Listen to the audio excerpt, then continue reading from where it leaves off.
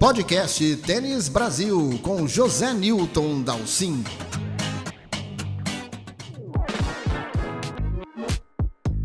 US Open termina com grandes emoções e mudanças significativas no circuito internacional de tênis. Para começar, minha gente, um fato raríssimo. Os 4 líderes do ranking foram trocados ao mesmo tempo nesta segunda-feira, quando Novak Djokovic voltou ao número 1, Aryna Sabalenka assumiu de forma inédita, Coco Gauff e Jessica Pegula também de forma inédita assumem a dupla, e no masculino o Austin Krajicek volta à liderança. Então 4 mudanças simultâneas, jamais havia acontecido isso no ranking, desde que ele foi criado, em 73 para os homens, 75 para as mulheres, para mostrar que importância teve o US Open, além de todos os feitos históricos que nós vamos debater aqui com o Novak Djokovic, com o Coco Gauff e com o nosso João Fonseca.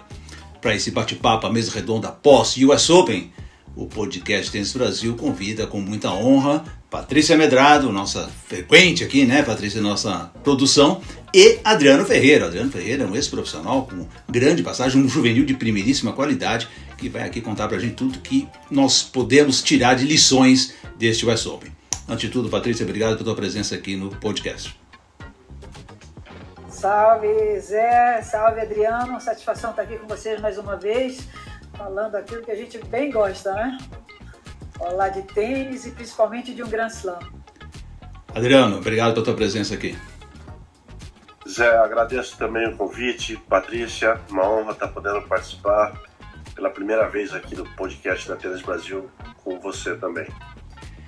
Bom, acho que nós vamos começar a analisar o US Open e eu gostaria de começar pelas mulheres, né, Patrícia, para você não ficar brava comigo, e também porque este ano marcou, né, aquela coisa importante, 50 anos da equalização dos prêmios no US Open. A Billie Jean foi lá, aliás, muito legal que a Coco Gauff na premiação lembrou disso, né, ela cita e agradece a Billie Jean por esse momento histórico. Então, Patrícia, me conta um pouquinho como é que você viu a chave feminina. Tivemos aí, na minha modesta visão, uma surpresa com a queda da Swiatek para o Ostapenko, o que abriu caminho para a Sabalenka virar número 1 do mundo, e aí termina com o título da Gauff, né? Como é que você dá um panorama geral primeiro do feminino? Olha, Zé, as surpresas sempre acontecem, né? Cada Grand Slam e cada torneio vem uma novidade, né? Tênis é realmente quem está ali bem preparada naquela semana, física, mental, emocionalmente, né? E tecnicamente, né? Bom, a Iga, embora pareça uma surpresa, ela tem um retrospecto super negativo contra a Ostapenko, né? E é encaixe de jogo mesmo. Aliás, a Iga tem oscilado, de vez em quando ela perde para alguém que a gente sempre se surpreende, mas acaba acontecendo e também de repente ela vai lá e ganha, como o caso das vitórias dela mais recentes, né? Então não me surpreendeu tanto, embora eu particularmente não gosto muito da Ostapenko, mas eu tenho que dizer que ela tem um jogo que incomoda muito o adversário. A gente sempre pensa que ela vai ter dificuldade de mobilidade, porque ela está um pouco, parece fora de peso, mas ela pega nas bolas, ela é muito agressiva e é uma jogadora que joga com malícia, né? Enfim, então essa foi, talvez, claro, para um Grand Slam, né, a gente pode achar que é uma surpresa, né? Mas eu acho que isso acontece sempre, né? Agora, a Sabalenka, a final, por exemplo, a Sabalenka com a Coco, estava muito aberto também mesmo, né? Tudo podia acontecer, embora a gente que vem acompanhando a Coco tenha visto assim uma evolução enorme, né? A mim me pareceu, eu queria até saber a opinião de vocês, ela me parece agora tão serena, ela não demonstra nenhum nervosismo, ela está sempre com a mesma expressão, muito bem fisicamente, chegando em todas as bolas. Estava ali, parecia, sabe, a crônica de um sucesso anunciado, parafraseando o Gabriel Garcia Marques, mudando um pouco o título. Ela foi ganhando espaço naquela final e obviamente que a Sabalenka, sempre com aquelas dificuldades dela de manter aquele mesmo ritmo, embora na semifinal ela tenha feito muito, né? Acabou dando esse resultado, né? Eu acho que foi muito merecido mesmo. E é bom também, né, essa alternância aí, não? Acho que a Sabalenka, eu não sei se ela está dando um bom exemplo, né? Vocês viram aí o vídeo que viralizou, né? Ela quebrando a raquete, coisa e tal, na academia. Aqui, ó, várias dúvidas sobre se aquilo ali foi filmado por alguém dela ou se foi a câmera mesmo do local, né? Mas enfim. Adriano, como é que você viu essa conquista da Golf? A Golf que teve aí ajuda, parceria do Brad Gilbert nesses torneios americanos e ganhou, né? Primeiro ela ganha o Washington, seu primeiro 500 da carreira, emenda, ganha Cincinnati, seu primeiro 1000, e aí vence um grande slam tão importante como o US Open. Quer dizer, fez uma temporada incrível na quadra americana, obviamente com o apoio do público, mas acho que a adaptação dela nas condições climáticas extremamente difíceis que estava em Nova York foi excepcional, né? Exatamente, Zé. Eu concordo com a Patrícia que parecia que estava anunciado realmente o título da Golf, né? Assim, eu acho que pela primeira vez eu tive essa sensação. A gente sabe que essa menina é uma menina que vem forte, ela já está se posicionando há um bom tempo, ela é número 6 do mundo, se não me engano, né? Ou seja, ela não é uma aspirante. Mas essas semanas assim que antecederam o US Open, ela começou uma guinada em todos os aspectos e em Nova York parece que ela estava, enfim, com todas as notas ali muito próximas de 10, né? Fisicamente ela é mais jovem também, isso favorece, né? Super motivada pelo público, né? A gente sabe que nos Estados Unidos, quando um jogador começa a ter esse tipo de oportunidade ali, de ganhar um Grand Slam, como, apesar da pressão, mas também os americanos apoiam muito, aquela semana ali deve ter sido muito especial para a Golf também nesse aspecto, com um gênio no box dela também, né, para ajudar em toda essa questão mental, que é o Brad Gilbert, um mestre da arte de potencializar o que é positivo ali para os jogadores também, né. Mas para mim a pena desse torneio foi a Madison Keys ter perdido essa semifinal como perdeu, e ela estava também jogando muito bem. Eu acho que essa menina ainda... E ela tem investido muito na questão física, né, Patrícia? Não sei se você sabe, ela está com um preparador físico que é o cara que põe todo mundo ali, me foge o nome desse cara agora, mas já trabalhou com muita gente. E ela está na ponta dos cascos e ela perdeu um jogo para a Zabalenka, porque aquilo não acontece toda hora, né? Então, assim, acho que a Zabalenka escapou daquela semifinal, porque todos os anjos dela estavam ali à disposição, porque não era para ter ganho aquele jogo da Madison Keys, né? Foi um jogo muito equilibrado, né? 2 tie-breaks ali no final.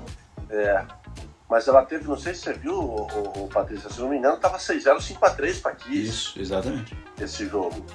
Sabe, ela já tinha ido praticamente o jogo e ela deu volta, acabou ganhando 7-6 no terceiro e foi para a final. Que teria sido uma final mais do que já foi, né? Imagina essas duas americanas chegando à final do US Open. Eu não sei se isso já aconteceu no passado recente, com certeza não, né? Mas para mim a Keys está merecendo. Ela melhorou muito, você nota assim.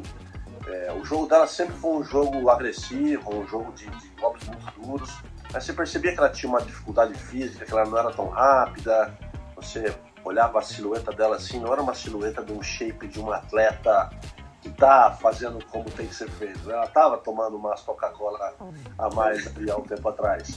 E agora parece que não, né? A menina tá seca, tá super firme, jogando um tênis de primeiríssima linha, e escapou das mãos dela ali, o que poderia ser. E eu acho que aí o jogo com a Golf também seria um pouco mais recheado de histórias, assim, né? Porque elas, enfim, duas americanas, a questão mental ia mudar todo o panorama desse jogo. Não que para a Golf não tenha sido um extremo desafio jogar contra a Zabalenka na final, número 1 do mundo, etc. Mas teria sido interessante esse confronto americano das meninas também, né? E o público ia vir a loucura, né? Imagina, 24 mil, aliás, não é fácil jogar naquela quadra central, né? 24 mil espectadores, a maior quadra, da maior arena do mundo de tênis. Ali, olha, eu vou te dizer, eu tive uma experiência ali, não era tão grande talvez naquela época, mas é perturbador, né? Porque é muito barulho, é muito venta e as pessoas fazem... Naquela época que ainda nas viradas de lado se fazia silêncio, o US Open era o único torneio onde rolava música e as pessoas até andam durante o jogo, é uma loucura, né? Claro que para essas top isso não deve fazer muita diferença, né? Mas um público assim, duas jogadoras uma final 100% americana, e ia mexer muito com aquilo e seria excelente para o tênis feminino também, né? Você jogou na central do US Open, empate? Joguei na central contra a Hana Mandlikova. Levei 6-0 no primeiro set, porque eu não estava entendendo nada daquele jogo, mas aí ganhei o segundo e perdi no terceiro, né? Obviamente que a Hana deveria até ter me ganho em 2 sets naquela época, que ela já era super boa, né? Mas eu consegui ganhar o segundo set. Eu te digo, é o slam mais difícil de jogar mesmo. É um torneio difícil de se concentrar. Talvez seja uma boa de um treinamento, jogar uns torneios de beach tênis para treinar pro US Open, viu? Pra você aprender a jogar com barulho, com gente. Pode querer música, né? Lá fora é pior, Paty, de jogar, eu acho. Pelas quadras secundárias é pior ainda, porque tem barulho da central, tem a música do jogo do Nadal quando ele senta lá pra... Ali fora é pior ainda, eu acho, viu? Circula o tempo inteiro, ninguém para um minuto, né? É uma loucura ali. Você sabe que o Borg dizia isso, né? Que um dos motivos que ele não conseguia jogar bem em Nova York é essa falta de concentração, que para ele era essencial, não sei o quê, e ele não conseguia se adaptar a essa... O Lendo também falava isso, embora o Lendo tenha feito um monte de bons resultados lá, mas o Lendo reclamava muito também dessa barulheira toda, né? É uma adaptação, você tem que ter, né? Os aviões, né? Tudo aquilo. De uma certa forma, também os americanos jogam melhor, né? Claro, eles são de lá, então eu acho que existe aí um fator a mais, né? Mental em todos eles, né? Porque as melhores performances na Madison Keys também joga melhor lá. Enfim, tem muita história de americano que ali sobressai, né? Porque também, claro, acho que deve contar muito. A gente não percebe de fora, né, assistindo pela televisão, mas deve ser uma influência, assim, do público enorme, né? O público te leva mesmo, né? Com certeza. Sem dúvida alguma. Vamos falar um pouquinho também da Bia, né, gente? Já que estamos falando da chave feminina, a Bia, que acabou fazendo uma ótima primeira rodada, apenas eu achei que ela jogou bem para as condições que tinha, estreias, Luan Stephens, que era uma ex-campeã, né? Que é ex-campeã, não se fala, hein? É campeã do US Open.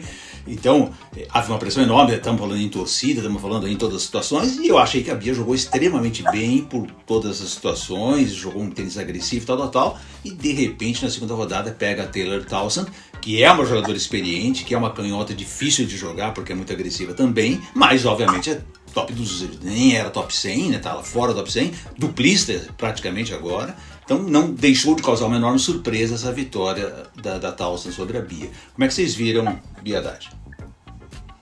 Olha, eu não assisti esse jogo, exatamente porque eu estava fora, mas o que eu te falo é que essa Townsend, ela me assusta, sabia? Eu acho uma jogadora tão poderosa, tão talentosa, eu acho que ela é capaz de qualquer coisa, sabe? Ela inclusive tem uma história difícil, né? Ela foi, há muitos anos ela foi excluída da equipe americana por estar com excesso de peso, coisa e tal, então sempre sofreu ali um preconceito, né? Não sei se vocês notaram que nos últimos torneios ela jogando, inclusive, sem patrocinador nenhum, coisa e tal. Mas ela tem, e aí teve filho recentemente, né? Eu acho até que para esse torneio ela pareceu mais magra, não sei se mudou o vestiário, alguma coisa assim, o vestuário, e ela já apareceu mais em forma, né? E é uma jogadora que num dia bom é muito difícil ganhar. Você viu a potência na dupla que a gente vê mais, né? Porque ela tem excelentes resultados, né? Acho que na simples ainda não decolou como o potencial dela permitiria, entendeu? Mas eu acho que a gente ainda vai ouvir falar dela. E aí, não sei o que aconteceu no jogo realmente, mas é uma jogadora que não se despreza, sabe? Eu acredito muito nela. Opa, eu acho que quando a Bia ganha da Stephens, né? Isso. Na primeira rodada, que era uma primeira rodada bem digesta para a Bia também, apesar da Stephens não estar no melhor momento, jogou na quadra central, uma americana também, ex-campeã de slam e tal. Eu acho que a Bia, sabe, caiu naquela armadilha, sabe, Paty, de perceber uma segunda rodada muito mais acessível.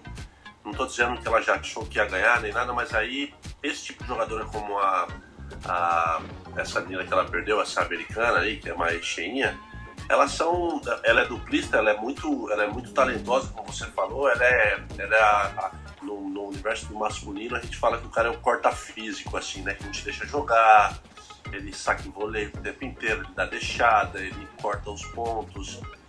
E Eu acho que a Bia talvez também não é uma jogadora dessas tão sólidas do ponto de vista de ficar rodando uma bola para lá, outra para cá, cansando a menina e fazendo pontos longos a ponto dela se sentir afogada e o jogo vai se tornando mais fácil. A Bia vai para a bola, a Bia erra também. Naquele dia eu acho que ela não estava, sabe assim, acho que ela não estava na conta, sabe, não estava no projeto que ela poderia perder da menina. E acho que demorou para reagir em alguns momentos do jogo ali, contou demais com essa possibilidade que a qualquer momento ia ganhar e foi surpreendido. Eu acho que se ela jogar mais 10 vezes com essa menina na temporada, ela vai ganhar 9, entendeu? Vai perder nos Estados Unidos, vai perder numa condição climática assim como talvez a menina esteja um pouco mais acostumada com aquela umidade também, não estava fácil para jogar. Eu não sei se nesses momentos a Bia... eu não estou na equipe, eu não sei quais são os projetos, mas às vezes abrir mão da dupla, a dupla quer não, te faz ficar no clube mais tempo, você não dá tanto tempo para fazer uma recuperação, queima mais energia. Eu vi a Bia também perder um jogo de dupla onde ela e a parceira, essa puta joga demais, essa Azarene, como ela joga essa menina, ela joga. Mas ela e a Bia jogaram bem em momentos diferentes. Eu vi a Bia jogando bem em alguns momentos, depois mal em outros momentos. A Azarene caiu bem. Poderiam ter feito uma semifinal contra a Luísa, que teria sido bem legal de ver isso aí também, né? Aliás, não dá para deixar de citar, né? A Luísa consistente, mais uma semifinal de slam. Essa Bradley aí, que é a parceria dela americana, joga um belo tênis também, a menina com um estilo lindo de se ver. Então, assim, eu acho que a Bia caiu na pegadinha desse torneio, assim, sabe? Eu acho que ela podia, se ela passa essa rodada também, ter... Eu acho que ali tem bastante pra Bia, né, no US Open. Se ela realmente estiver em forma, ela tem muito pra fazer nesse torneio ainda, né? Olha, eu já penso diferente, sabe? Eu acho que a Townsend é o tipo da jogadora que você vai dormir sabendo que vai jogar com ela e que ela vai causar uma preocupação em qualquer um. Não, com certeza. Por conta disso, porque ela não é uma jogadora que vai te dar oportunidade de ficar trocando bola. Ela vai pra bola mesmo. Com certeza. Né? Em lugares mais rápidos, ela é muito indigesta, com certeza. Exato. Aí foi uma questão de realmente, não é, né? De estar ali. Deixa eu colocar um pontinho aqui para vocês. Oi, perdão. Um pontinho, não sei até que ponto eu tô maluco ou não, embora a gente saiba que isso acontece muito no tênis, que é muito mais fácil você jogar quando você não é favorito do que quando você tem que entrar na quadra com a obrigação de ganhar. Isso não acontece um pouco com a Bia? Ela joga muito bem quando ela tá mais solta, que não tem toda aquela obrigação, que o compromisso do outro lado da quadra, e quando ela é favoritíssima, ou pelo menos grande favorita para ganhar, ela se prende mais. Você não tem um pouco disso? Quer falar ou falou? Verdade.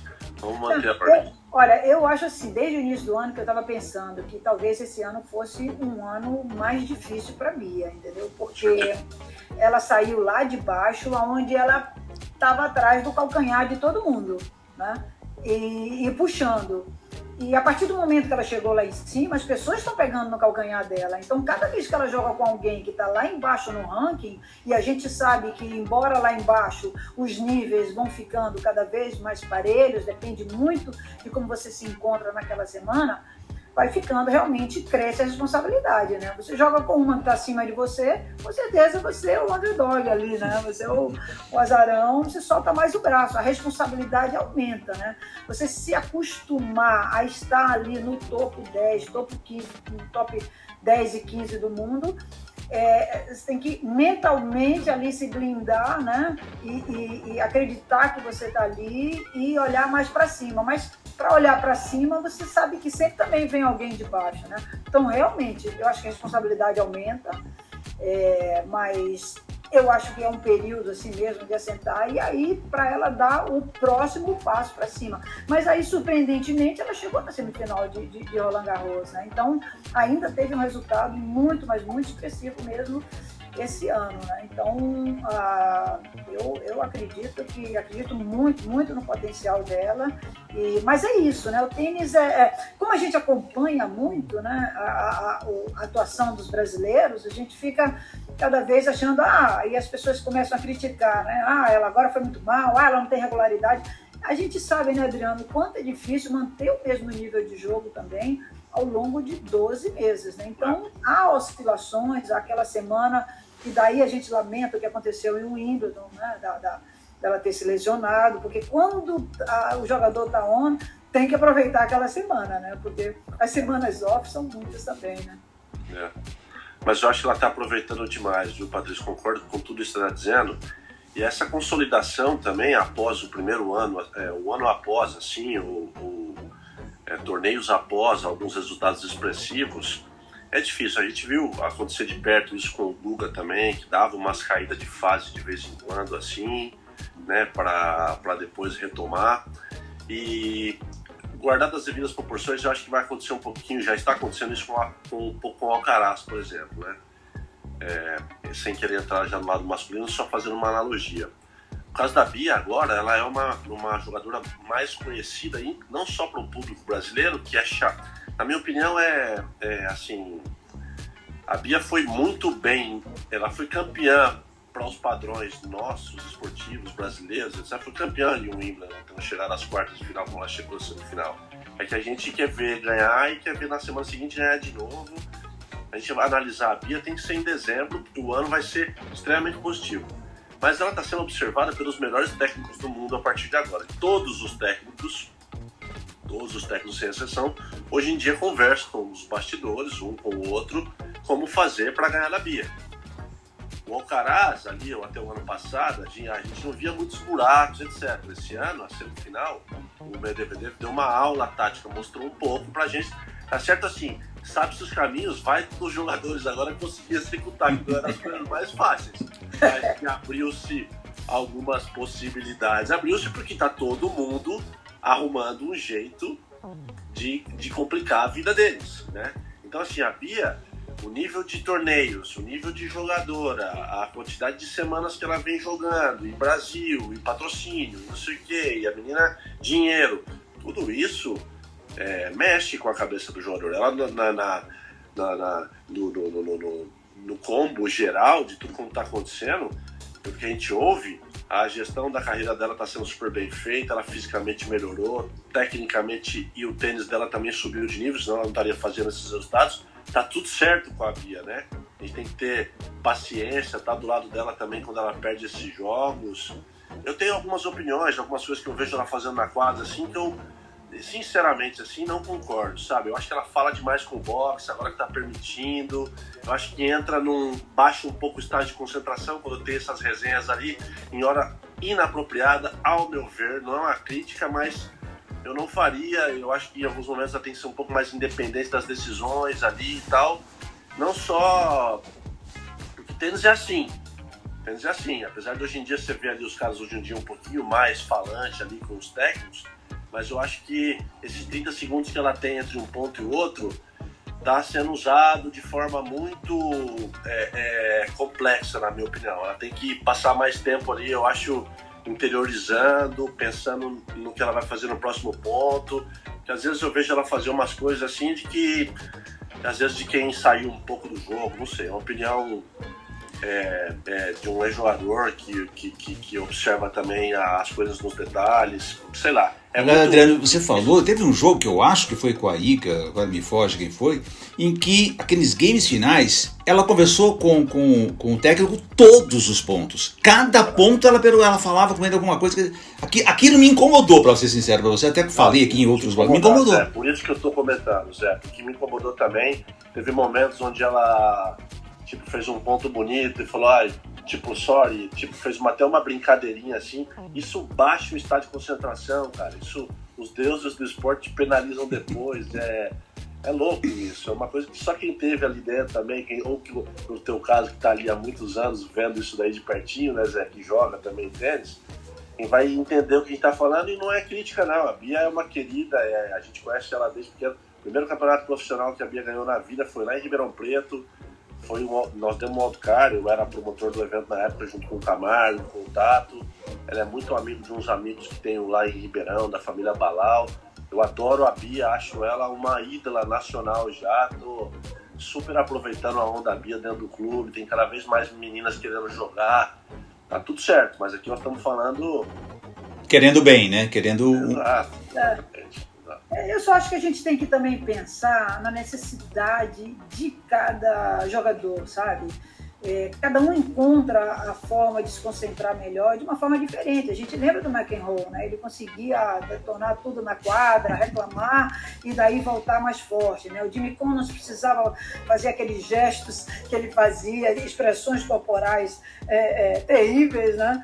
E para se manter motivado. Então a gente tem que entender também quais as necessidades da Bia. Eu tive a oportunidade de conhecer toda a equipe dela agora num evento, conversar muito, aliás, são todos sensacionais, né? Preparador, fisioterapeuta. O Rafa, conversei muito com eles, é um cara muito centrado e tenho certeza que ele tem ensinado e passado muita coisa bacana para ela, assim, de uma forma até diferenciada do que eu estava acostumada a ver.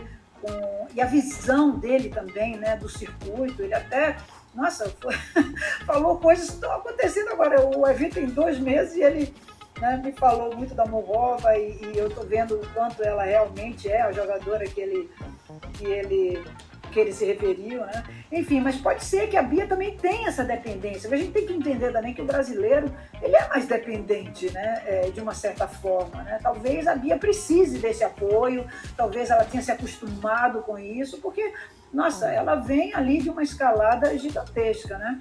Agora, o que eu realmente acho que a gente tem que se poupar, né, aí falando como atleta, é da gente se expressar, né? A gente escutar o técnico é uma coisa, agora quando a gente fala muito, é que parece que a gente está dando, né, a gente tira realmente um pouco de energia, né? Você vê que o Medvedev o tempo todo ontem ficou caladinho. Na hora que as coisas começaram a dar errado, foi que ele começou a discutir com o boxe, né? A Zabalenka, aquela cena toda que ela fez, enfim.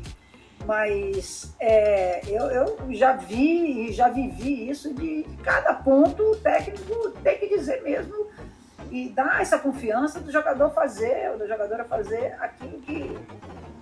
Aquilo dá uma certa confiança, né? E já pra gente mudar pro tênis masculino, Patrícia, o Alcaraz faz isso. O Alcaraz olha pro Ferreira o tempo inteirinho, ganha e perca. Ele parece que ele pede aprovação para tudo que ele faz, né? É impressionante. É algo também que me irrita de vez em quando, porque todo o tempo inteiro ele está comunicando com o Ferreira. Então tem que ver também, né? Até que ponto... Eu acho que a qualidade dessa comunicação, o detalhe é esse. Acho que todos aí vão passar a usar dessa nova regra. Eu acho bacana, eu acho que sobe o nível do espetáculo. Para mim, o técnico poderia estar sentado até lá dentro do jogo. Mas assim... eu acho que pode melhorar essa qualidade, porque ela precisa de independência também. Ali dentro as decisões são tomadas por ela quem também está sentindo o jogo ali de perto. E eu acho que eu acho que o nível da comunicação com o técnico tem que ser assim, restrito realmente ao jogo, às questões que estão acontecendo ali. E quando a comunicação é positiva nesse sentido, eu acho que só tem a colaborar com o jogador, né? Quisera eu poder ter tido um pouco mais desse apoio, né, ali, porque enfim, a gente é tão solitário nessa descoberta, né, que falta, enfim, quem sabe na próxima. Mas também tem essa, né, Adriano, que o técnico só pode falar quando o jogador está do mesmo lado do boxe, né? Então tem todo um momento ali do outro lado que essa comunicação não existe, né? Então, uma coisa, acho que se tivesse dentro da quadra, até a comunicação seria menor, seria só restrita às viradas de lado, né? Mas agora, com essa possibilidade do boxe falar com o jogador, fica inclusive, né, mais intensa e mais constante, né? Essa comunicação. E cada um aproveita da sua forma e pode funcionar para uns e para outros nem tanto, né? Sim. Quantidade de warnings que a gente já tomou por coaching. Uma coisa que sempre existiu, né? Era a pegada do cabelo, era o gesto da cabeça. O sinal. Eu vi a Graf perdendo um ponto, né, num torneio nos Estados Unidos, perdendo um ponto num momento importantíssimo do jogo contra a Chris Evert, porque recebendo a penalidade porque o pai havia feito um gesto do lado de fora da quadra. Ela chorou. Bom, tivemos o problema da Serena, né? Gravíssimo, Serena na final do US Open. O Nadal com o Tony sempre falaram descaradamente. O Moyá cansou de tomar advertência na vida dele por instrução. Quer dizer, foi uma coisa bem... a regra acaba... Como é nos Challengers agora, nos torneios menores? Né? Como é nos torneios menores? Está liberado também? Também. Pode falar com o coach? Sempre tem essa questão, tem que estar do mesmo lado da quadra e o jogador não pode ficar respondendo o treinador, né? O treinador fala e o jogador escuta. Essa, pelo menos, é a regra, né? Mas... Quem não tem coach... Se vira. Não recebe, né? Isso é assim a vida, né? Quem tem, né? Não, perfeito. Mas quem não tem, ele pode falar com o parceiro de dupla dele, por Pode exemplo. Pode falar o que quiser, sem problema. Pode receber uma instrução da plateia. Pode. Tá. E no juvenil? Não sei o juvenil que o ITF tomou. Eu acredito que o ITF tenha tomado a mesma posição, porque o juvenil de 18 ele quer copiar o circuito profissional, né? O mais próximo possível. Que, aliás, eu achei um absurdo net valer em jogo de US Open. Achei uma coisa assim, insana isso. Então os pais provavelmente podem falar com os filhos agora, se eles não tiverem técnicos. Pode. E aí... Os pais estão felizes agora, Adriano. Isso vai ser uma loucura, né? No juvenil isso vai ser uma loucura, né? Entendi. Não, porque precisa adaptar todo o sistema, né, Paty? Você imagina isso em vigor? Já se fala muito hoje em dia, imagina liberando, né? Agora vai liberar, então agora sim que ficou legal. Pessoal, vamos falar um pouquinho de chave masculina. Novak Djokovic, na minha opinião, acabou os deuses do tênis olhando para ele. Pegou uma chave bem desequilibrada nesse US Open, ele não tem nada a ver com isso, ele foi lá, fez a parte dele, mas o desequilíbrio da chave era evidente. A gente vê o andamento da chave de cima do Alcaraz com o Medvedev, até o Medvedev falava isso na entrevista, que ele começou a se cansar já no jogo com o Alex de Minaur, né? Ele vem numa sequência muito difícil até chegar no Djokovic. E até me pareceu fisicamente melhor ontem na final contra o Djokovic. Enquanto o jogo pegou uma chave realmente mais tranquila, pegou o Taylor Fritz, que era um freguesão, e depois pegou o Ben Shelton, com 0 de experiência em circuito. Então, deu tudo certo para ele, mas ele cumpriu a sua missão. Então, eu queria que vocês analisassem um pouquinho para mim. Chave masculina, Patrícia Medrado. Bom, deu o que tinha que dar, né? A gente vai, né? O Djokovic divide muito, né? O público, né? Os que adoram e os que detestam, né? Mas até para quem não gosta, a gente tem que admitir que ele é genial, né? Ele é genial. A semifinal que ele fez, ele pode ter sido favorecido pela chave, mas o fato é que ele vem ganhando jogos com muita facilidade, né? Não é o primeiro torneio, né? Olha, você vê que a final ontem, o jogo que foi, ele ainda ganhar de 3-0, né? É impressionante, né? Realmente, eu acho que uma vitória indiscutível. Claro que se o Medvedev tivesse ganho aquele segundo set, aquele tie-break, mas por outro lado, o retrospecto do Djokovic em tie-break, sem vencimento, é fantástico, né? Então, a probabilidade era que ele vencesse mesmo no tie-break, né? E, enfim, eu acho que era só uma questão de tempo mesmo, né? 24 Grand Slams, ele vai ser, para mim, não há dúvida, ele vai chegar a ser mesmo considerado o maior de todos os tempos, né? A gente vai relutando, dizendo, não, tem que ter um comportamento fora da quadra, isso e aquilo, e aí colocamos o Federer no caldo, mas o fato é que de jogo, de resultado, ele ainda tem muito para dar, né? E é um cara que tem muita personalidade, né? Assim, até deixando a análise do jogo aí para vocês, mas só para comentar que é um cara que é autêntico, né? Ele peitou ali a coisa da vacina, não tomo, deixou de jogar os Grand Slams quando não cedeu essa pressão, porque acreditava nisso, né, da necessidade de não acreditava na necessidade da vacina, deixou de jogar, vai lá, volta e realmente está ali sempre em cima e acaba já empatando, né, com a Margaret Court, que já vai ultrapassar com certeza, porque ele tem muito mais chance do que qualquer um outro aí de mais vitórias. E com relação ao jogo, eu fiquei impressionada ontem, né, fiquei impressionada com aquele segundo set, principalmente, o nível de jogo, porque o primeiro set o Medvedev não estava correspondendo, mas aquele segundo set foi uma coisa impressionante, que nível de tênis. Eu pensei, até ainda escrevi assim para os grupos, eu falei, ou ele vai cansar ou ele vai se machucar. Eu achei que o Djokovic fosse se machucar, lesionar, teve uma hora que ele começou até a alongar e talvez sentisse alguma coisa ali. E o cansaço parecia mais evidente para ele, mas ele segurou e não tem bola perdida e ele um controle assim, que olha, é o supra-sumo do esporte, né? Do tênis. Impressionante. Eu particularmente torci muito para para ter um repeteco da final entre ele e o Alcaraz. Queria demais ter visto esse jogo. Eu acho que ele estava assim, mordido para pegar o Alcaraz. Aquela final de Wimbledon não desceu. O fato dele ter ganho do Alcaraz em Cincinnati, eu acho que não é correspondente. E a derrota em Cincinnati ensinou muito para o Alcaraz, ou seja, porque era um jogo que ele tinha controlado.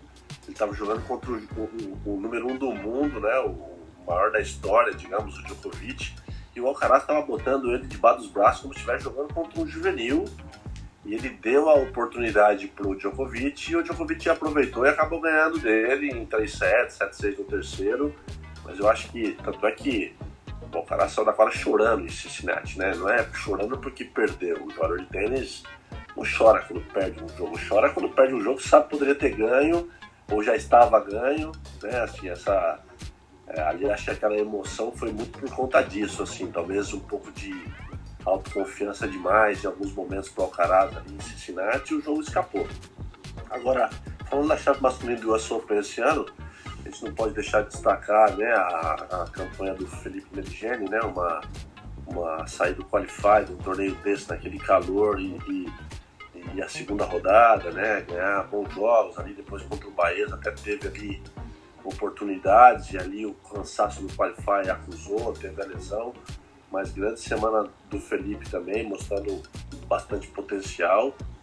O Thiago Wilde, infelizmente, não teve uma boa apresentação, não sei o que aconteceu com o Thiago, ele perdeu um jogo apático ali para um tcheco na última rodada do quali. Eu até fiquei assim, bem decepcionado ali, né, naquela hora do torneio. O Thiago é um moleque que tem no nome, né, a palavra selvagem já, e não mostrou nada desse lado selvagem dele, mas se recuperou aí, venceu 2 torneios seguidos, tá pela primeira vez aí entre os 80 do mundo, uma grande surpresa do nosso tênis também. E falando sobre esses monstros aí, né, ou principalmente sobre o monstro maior, o Djokovic era aqueles prêmio Nobel, assim, né, do nosso esporte, assim como o Nadal, assim como o Federer. Não dá para comparar. Eu acho que ele vai romper todos esses recordes de conquistas, mas vão ter sempre as pessoas que vão preferir a maneira clássica do Federer ter jogado, ter vivido a vida, né, ter se comportado em quadra, essa maneira super polida do Federer, né, que agrada a todo mundo. Há quem goste um pouco mais dessa coisa mais vibrante do Nadal, esse sangue espanhol, essa coisa mais latina, mais, né, assim, enfim, a gente tem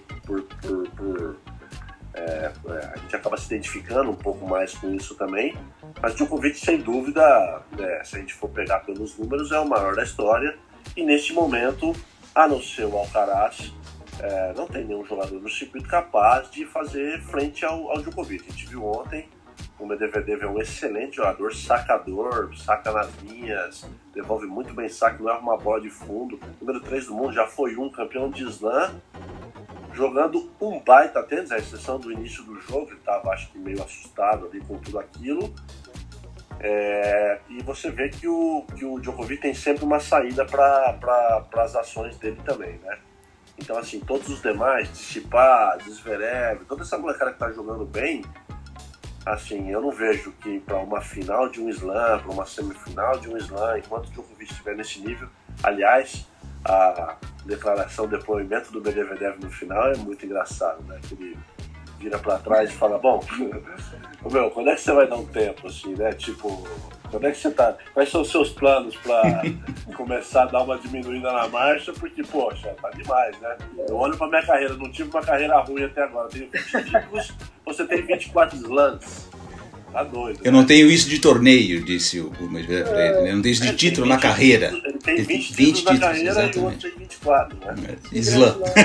Aliás, isso, Patrícia, que eu até queria colocar, porque a gente vê o Djokovic, temos vários aspectos dele. Primeiro, fisicamente ele continua super bem. Teve aquelas quedas tal, mas Nova York é um inferno, é um forno, ele nunca realmente se deu bem com umidade. Fisicamente ele esnoba, faz 5 sets com o Alcaraz e um Wimbledon como um garoto com 19 anos. Tecnicamente, ele melhora a cada tiro, nunca sacou tão bem, voleando extremamente bem, usando slice, dando drop shot, quer dizer, ele melhorou tecnicamente e psicologicamente ele não demonstra a menor disposição de abandonar o circuito. Então até onde vai o Djokovic, Patrícia? Vai até quando ele começar a perder. Eu acho que é uma coisa natural. Você para por lesão, você para porque você vê que não dá mais, né? Eu acho que o Djokovic é engraçado, porque você vai querer, ele já tem tudo, né? Ele já tem recorde, mas ele vai querer. Ele mesmo já declarou, né? Enquanto a turma não chegar perto dele, né? Os novatos não começarem a vencer, ele vai seguir, né? Então ele tem muito gás, é impressionante, está com 36 anos, ele não tem nenhuma lesão grave, né? Você vê o quanto o Nadal, desde sempre a gente falava, né? A Nadal vai ter uma carreira curta, e a lesão aqui, lesão ali, aquele tênis com aquele esforço todo, né, para jogar. Mas o Djokovic a gente não conhece uma lesão assim mais séria que ele tem. Então, enquanto ele tiver esse gás, e ele tem uma preparação diferenciada, deve ter ali muitos mistérios, né, do que ele faz. Aí até saiu uma matéria aí sobre um capoeirista brasileiro que foi lá enfim, eles acabou fazendo um trabalho com ele de alguns meses. Então ele vai experimentando muita coisa, ele acredita, ele tem uma linha de alimentação, de preparação, de entendimento de vida diferente aí da maioria dos tenistas. Então, eu acho que ele tem muito gás ainda para dar. E o biotipo dele também ajuda, né? Ele é leve, é um jogador flexível também, né? Eu acho que é ele que vai ter que ver, né, ou fisicamente ou o que vai vir por aí, porque, sinceramente, esse Sheldon, o que é esse menino também, o Ben Shelton, que impressionante. Esse jogo me surpreendeu, eu pensei que ele fosse dar um pouco mais de trabalho. Que técnica fantástica que ele tem, que saque potente. Falei, pronto, isso é o futuro do tênis aí, porque uma coisa impressionante. E ele foi totalmente anulado ali, quer dizer, fez um terceiro set melhor, né?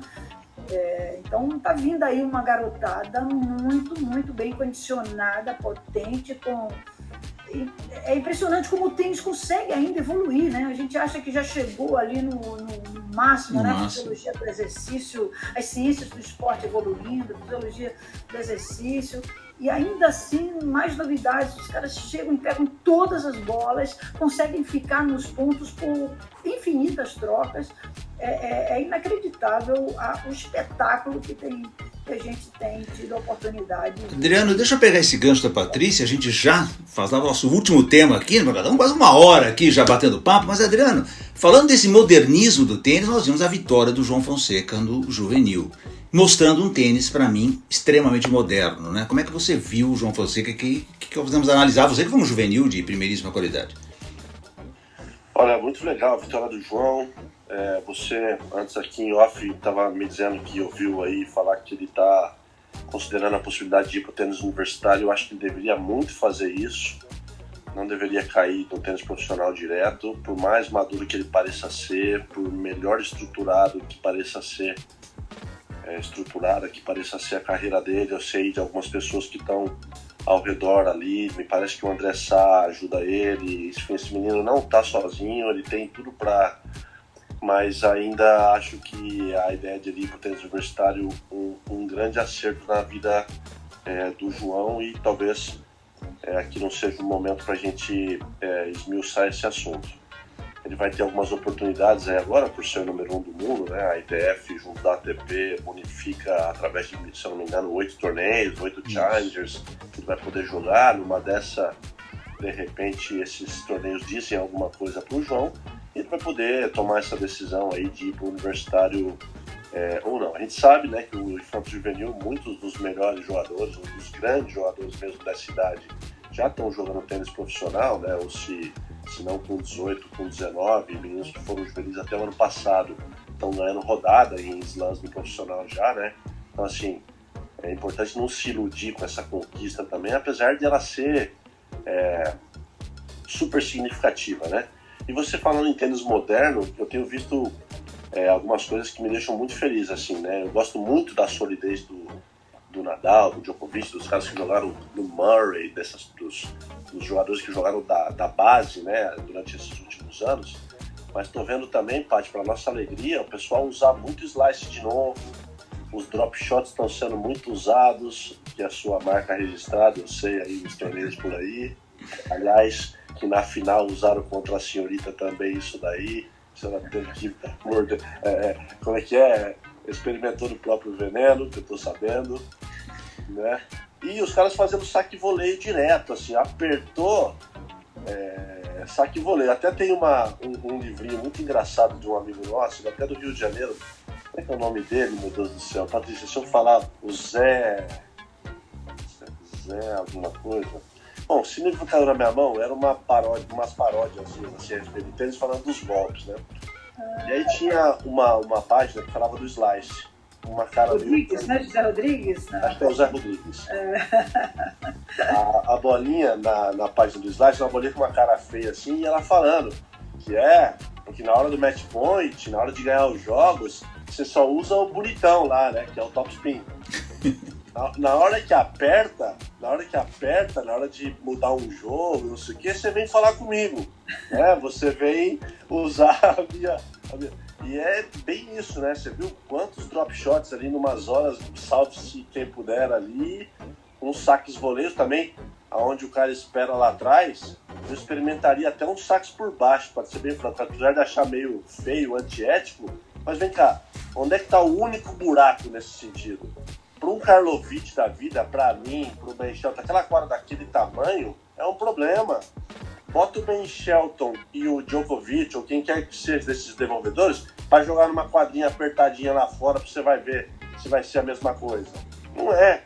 O cara fica lá atrás, dá uma porrada para cima, aí você olha para cima, você vê 300 pessoas de amarelo lá em cima, você não vê a bola para volear, aí você dá aquele primeiro voleio xoxo, o cara vem blum, te passa, sabe?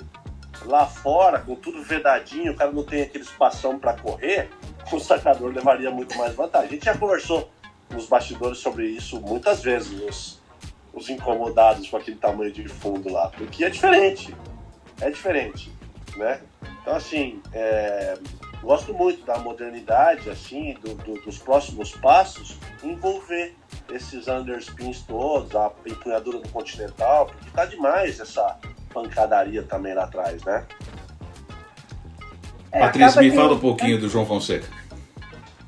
João Fonseca. Então, Zé, é um menino espetacular, assim, o que eu assisti dele, eu vi uma serenidade, uma tranquilidade, sabe, uma capacidade de reverter jogo muito grande. Não é fácil realmente ganhar um Grand Slam infanto-juvenil, né? E nós tivemos já, ele é o terceiro, né, que ganha. Agora, nada, não é uma condição sine qua non para ele ser um bom jogador, e também pode atrapalhar se ele não tiver uma boa administração de carreira. Agora, o que vai depender é desse futuro mesmo, né, como é que ele vai tocar daqui para frente. Porque a gente teve o caso do Thiago Fernandes, né, que não ganhou também, né, o Australian Open, e infelizmente não evoluiu muito, né, parou prematuramente, né, a carreira. O Thiago Wilde também em 2018, que seguiu aí, mas também, né, altos e baixos, né, agora está numa fase melhor. Então, vamos ver aí, ele me parece muito sereno, está bem assessorado, né. Eu acho que cada vez mais também o tênis se profissionaliza no Brasil com essa estrutura extra-quadra, sabe? Antigamente a gente se sentia muito sozinha, né?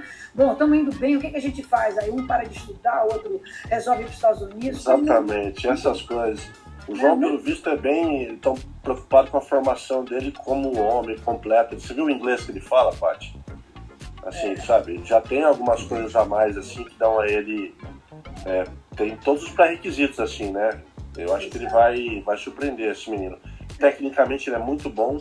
É muito bom, muito completo. E direito, esquerda, sabe? Você descansa, né? Você não precisa ficar você tomando suas decisões. Obviamente que é importante também que algo você traga para ver no fundo, o que você quer, né? Mas tendo pessoas de diferentes expertises te ajudando nesse desenvolvimento, aí o tênis brasileiro vai ficando mais profissional. Eu acho que foi isso que sempre faltou para a gente sempre se sentiu muito isolado, muito solitário, né, nessas decisões e na condução das nossas carreiras, né? É muito precoce, eu acho, esses protocolos, tá, Paty, que obriga que as crianças deixem de estudar ou comecem a se dedicar exclusivamente ao tênis muito cedo.